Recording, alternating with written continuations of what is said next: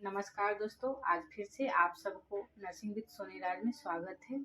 तो आज हम इस वीडियो में हम जानने वाले हैं जब बच्चेदानी बड़ी होती है उसको बल्कि हम यूट्रस कहते हैं, यानी कि यूट्रस का भारी हो जाना।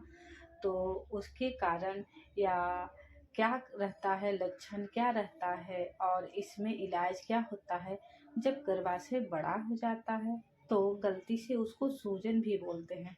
बच्चेदानी से सूजन आ गई है, लेकिन ये मिस नॉर्मल है क्योंकि बच्चेदानी पे सूजन संक्रमण के वजह से होती है। इसको हम पेल्विक इन्फ्लामेटरी डिजीज बोलते हैं, इसको बल्कि यूट्रस नहीं कहना है। तो आज हम PID means pelvic inflammatory disease के बारे में पढ़ने वाले हैं। तो आइए हम जानेंगे बच्चेदानी का आकार कितना रहता है। बच्चेदानी का आकार 1 मुट्ठी जितना रहता है और जब सेंटीमीटर में देखेंगे तो ये 7 सेंटीमीटर तक लंबा होता है, 4 सेंटीमीटर तक चौड़ा होता है, उसका थिकनेस 3 सेंटीमीटर तक रहता है और पर्सन टू पर्सन उसमें थोड़ी सी वेरिएशन होती है। किसी का थोड़ा सा होता हो, थोड़ा और छोटा रहेगा, किसी का हल्का सा बड़ा रहेगा।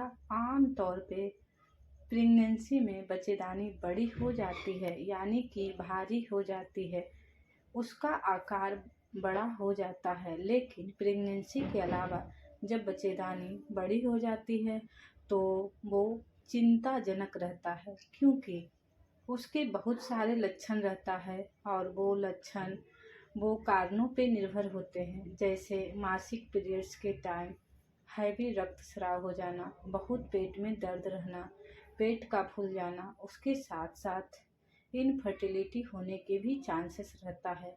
कभी कभी ये दबाव बहुत बढ़ जाता है, ये पेशाब की थैली के दबाव पड़ जाता है, इसलिए बार बार यूरिनेशन होना, पेशाब लगना, ये भी इसका लक्षण रहते हैं। कभी कभी पीरियड्स जाने के बाद यानी कि मेनोपॉज के बाद भी बच्चेदानी बड़ी हो जाती है और ब्लीडिंग होना शुरू हो जाता है।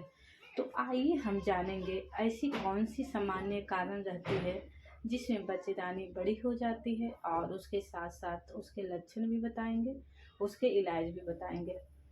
तो कॉमन तौर पे जब बच्चेदानी बड़ी हो जाती है वो फाइब्रॉइड की गांठों की वजह से हो जाती है। फाइब्रॉइड की गांठें यानी कि फाइब्रॉइड के मसल के मांसपेशियों के छोटे छोटे ट्यूमर्स रहते हैं, गांठें रहती हैं जो कैंसर नहीं होती है।